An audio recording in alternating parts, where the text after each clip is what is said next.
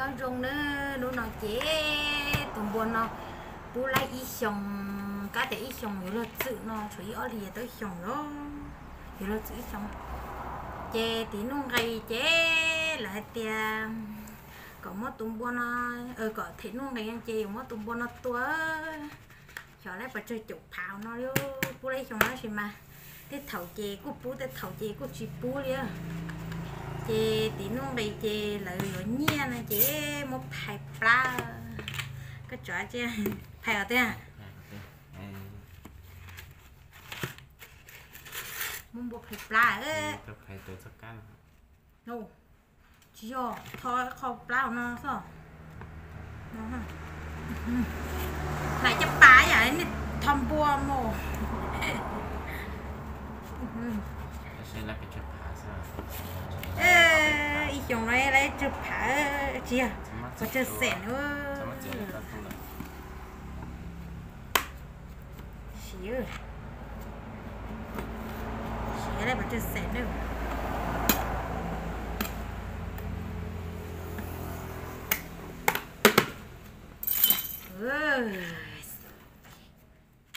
nhà chụp phá sẽ cho mấy nhóc phá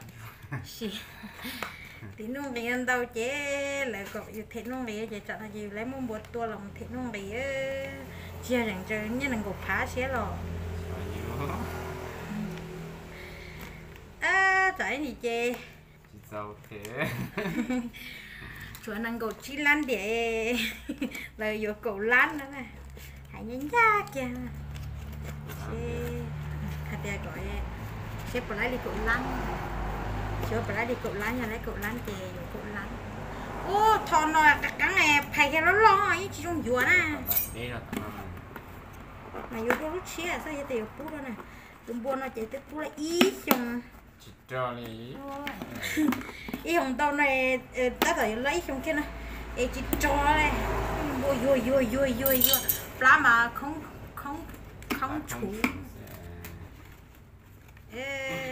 xèo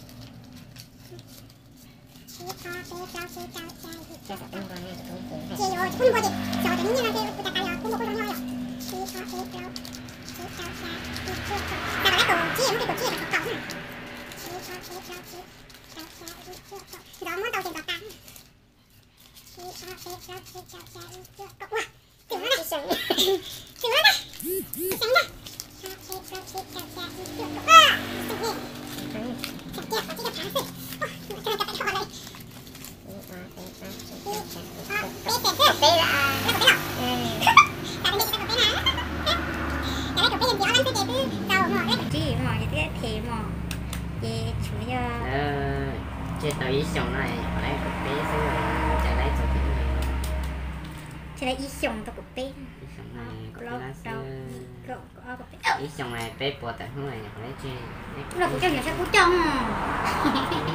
Tại vì bạn ăn là mà không ăn nha. Chị ở lại đó. Nó cắt tỷ là của tụi bôi tôi lấy cho ít xong cái nồi lấy cục bé lá nó rồi cho bài thịt. Nè phải là chuyện linh nha chị, là chuyện đó là dùng con nhà chị, là dùng nha là chị. Nó dùng anh nha một trâu của nhà nữa. Chị sợ liêu. Lúc nào chị mua nó sợ ta nó. Ta luôn, mới như sâu lông một rồi. Nó trời chết cho bạn. Lúc nào chị muốn nhà ta nó cho bé lá rõ lần sao. Mới chỉ như mình một trâu rồi. Sẽ là chiên một chi.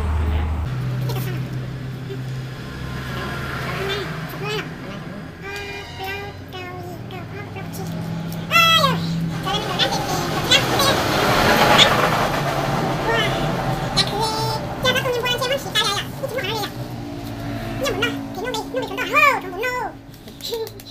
chúng ta chỉ ta thằng này thì kia đâu cũng cho bây giờ nó chạy không nó có con thì phải làm gì ba mình nhà nè ơi tại nó không biết nữa cái dòng điện nghe kì thì là nó lên tao thì mà của chúng bột tua thì tao bột nông thì cái tao thế xem mà thì bột nông đấy tao có tiền ra được con nhà thì tao như cái phải